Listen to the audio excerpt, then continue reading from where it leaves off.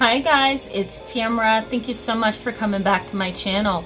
Welcome back. Happy New Year. I'm so glad to be back because there's a lot of topics that I would like to talk about in January, and I feel like I've lost a whole week just by missing the first part of the week, but I think there's some pretty interesting topics coming up. So I think today our topic is going to be on a self-help tool, and I think that is a checklist that includes or focuses on cognitive distortion. So I'm going to go down a few cognitive distortions or thinking errors that we tend to engage in that has a lot to do with how we see our life, our future, how we see relationships, how we see goals.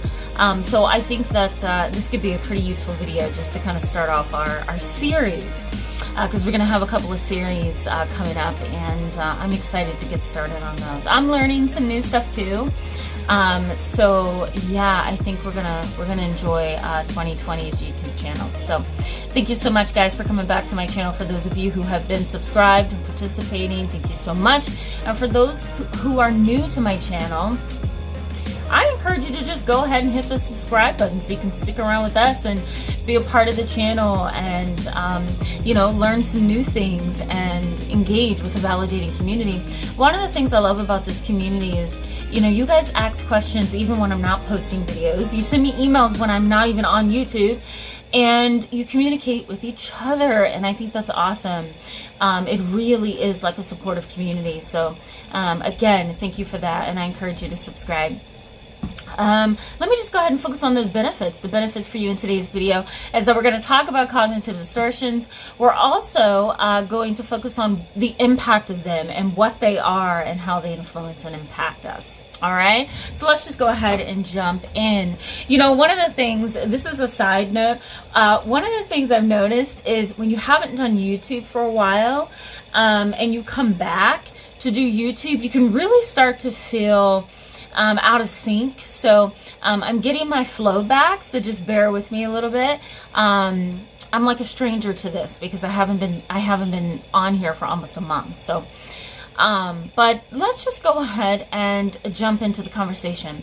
Do you know what cognitive distortions are? Do you know what thinking errors are? Have you ever heard of them before? A lot of people haven't, so if you haven't, don't feel bad. Cognitive distortions are also known as thinking errors, and thinking errors are basically thoughts that we have that are skewed and twisted and kind of poisonous and kind of negative.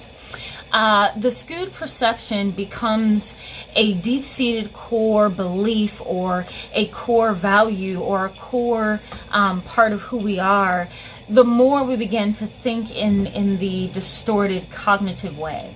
All right, so if we're distorted in our thoughts and we're thinking things that aren't true, or we're backwards in how we're seeing and thinking about things, the reality is that it's going to become a part of who we are, right? It's going to become a core belief. It's going to become a core part of our personality. It's also going to be something that's going to be obsessive and ruminative, or maybe I shouldn't use that made-up word. Maybe I should use obsessive and just kind of repetitive. You know, the more you think about a skewed, you know, thought or a perception, the more it becomes a part of you, the more it becomes an obsession, right? It's something that you can't quite get your mind off of. So a cognitive distortion could be basically a gray concept, because, you know, usually a cognitive distortion has about 50% truth in it. Okay, so just to break it down in a pie chart, 50% truth and 50% lies is basically what a cognitive distortion is, right? It's you know, this truth that's kind of skewed with a lie, and it makes it really difficult for you, for me, to see the truth, because the lie seems to be so major and so huge compared to the truth, and so you begin to see the lie and not the truth. So that's a cognitive distortion. So what are some specific distortions that we tend to engage in? Well, let's start with the most obvious, and that's all or none thinking. All or none thinking. Basically what that means is you want to have it all or nothing, right? You're all in or you're not in at all, right? My brother used to say, it's my way or the highway. you know. All or none thinking basically says, if it's not everything that I anticipated it to be, if it's not where my expectations are, or if it's not something that's going to give me what I was desiring and hoping for, then I don't want it at all. It has no value, right? There are some all or none relationships also, and I know you guys are familiar with those, whether it's family or friends or romantic. There's an all or nothing component to some of those relationships. It's be the wonderful Prince Charming on a white horse that I need, and if you're not, adios amigos, you know? And the same thing with men. They do it to women as well. If you're not, you know, shapely and interested in giving them all your time and attention in multiple ways, then they're out of the door. Okay, so that's all or none behavior. All or none thinking is basically the same thing. Okay, the next one, guys, is overgeneralization. Overgeneralization. Overgeneralization is the idea that you take one bad situation and you generalize it over the course of other situations. So let's say, for example, you want to buy a car.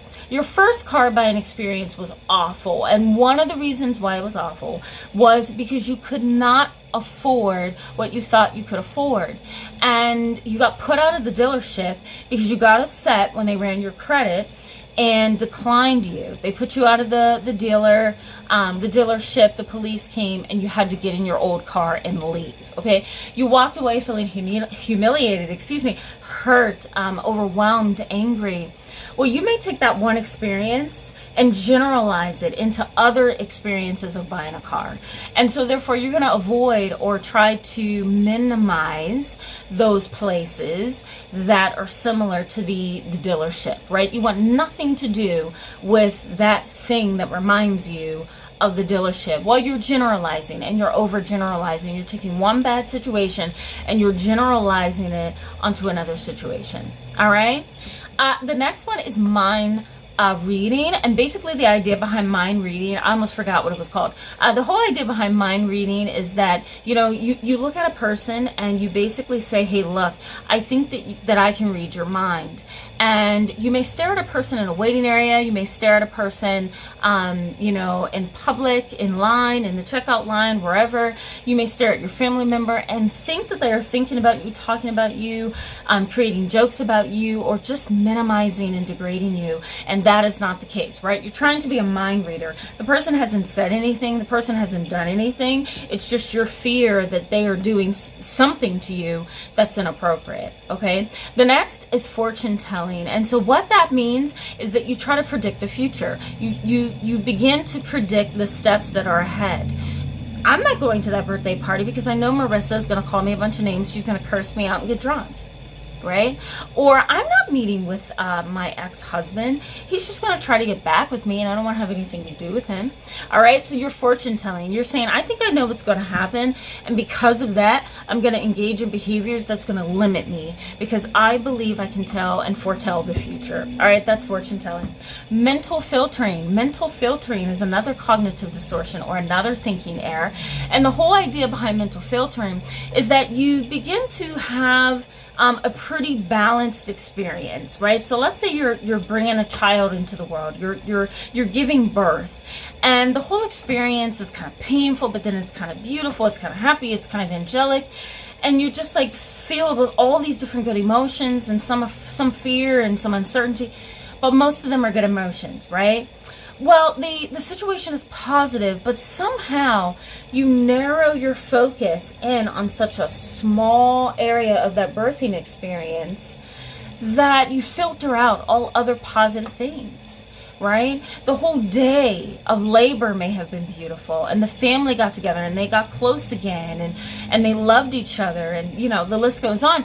And the minute you give birth, you lose all perspective. You begin to focus and zone in on the pain and why you did it and why your husband forced you to have a child, and you know, so mental filtering is pushing all the other things out of the picture so that you don't have to look at something that may be harmful to you or hurtful or not true. It's a way that you protect yourself, okay? The next cognitive distortion involves should statements. Should statements, okay? I should clean up my house today. I should get some sleep because Tamara is tired and exhausted. She said, a very long day. I should be in bed and not doing a YouTube clip because my eyes probably look pretty strange right now. Okay, should statements. And should statements can really turn into abusive statements. They can really turn into unhealthy statements, right? You know, I should have went to jail, you know, I should have been killed, right? So should statements can really impact not only how you feel about the situation and yourself, but how you perceive your future. Because if you believe that you should be punished for something, you're going to live your life in a way that involves that punishment. All right, so should statements really need to be minimized as much as possible. All right, the next is labeling. You begin to label everything. You know, it's kind of like the know-it-all syndrome. You begin to label everything, right? That person over there is depressed. Oh, and that person over there is a criminal. Yeah, you know, I really feel, you know, stupid right now. I feel crazy. I feel insane. You know, I feel tired and exhausted and useless, right? Those are all labels that speak to your psyche, speaks to your heart, and speaks to your soul. And when that happens, you're actually encouraging your brain to get used to those kind of labels and statements. And so it begins to beat you up, right? It's like abuse. It's not healthy. So should statements need to go, right? Should statements, must statements, you know? All right, and last but not least is personalization and blame. The whole idea behind personalization and blame is that you begin to blame yourself for an occurrence that you had no power and influence over. You also begin to personalize experiences against yourself. So in other words, you know, maybe somebody slammed a door and you were coming towards the door. So you personalized that and you said, you know what, I think they were trying to hurt me. You know, instead of looking at it as maybe they accidentally let the door go, or maybe they just weren't focusing on me being there. Instead of looking at it from that angle, you begin to look at it from a negative angle. And that negative angle is this: they are trying to keep me out of here, or they are trying to put up a boundary I won't be able to break. Okay, so all of these things are cognitive distortions, and if we're not aware of them, of their existence, then we're going to get sucked into a situation where we can't get out, right? If you have should statements going on in your head, if you're overgeneralizing things, right? If you're obsessing over things and labeling things and blaming yourself and engaging in all or none thinking and mental filtering, all of those things begin to pile up on you. And then it makes it really hard to be the best that you can be. So cognitive distortions must be reduced and minimized as much as possible. And I'm going to teach you how to do that in the next video. So thank you so much, guys, for coming back to my channel. For those who are subscribed and for being with me today in this video, I encourage you to give it a thumbs up if it was helpful to you, and go ahead and hit that subscribe button so you can stick around with our daily and hourly growing community. I love it. Thank you so much for the support on my channel and the support that you all give me. I really appreciate that. I have a fun video coming up in February, and then I'm going to have another live discussion. If you are up for a live discussion, please let me know in the comment section below, and go ahead and post any questions you want me to answer during that live video in February. All right, guys, I'll see you soon. Bye.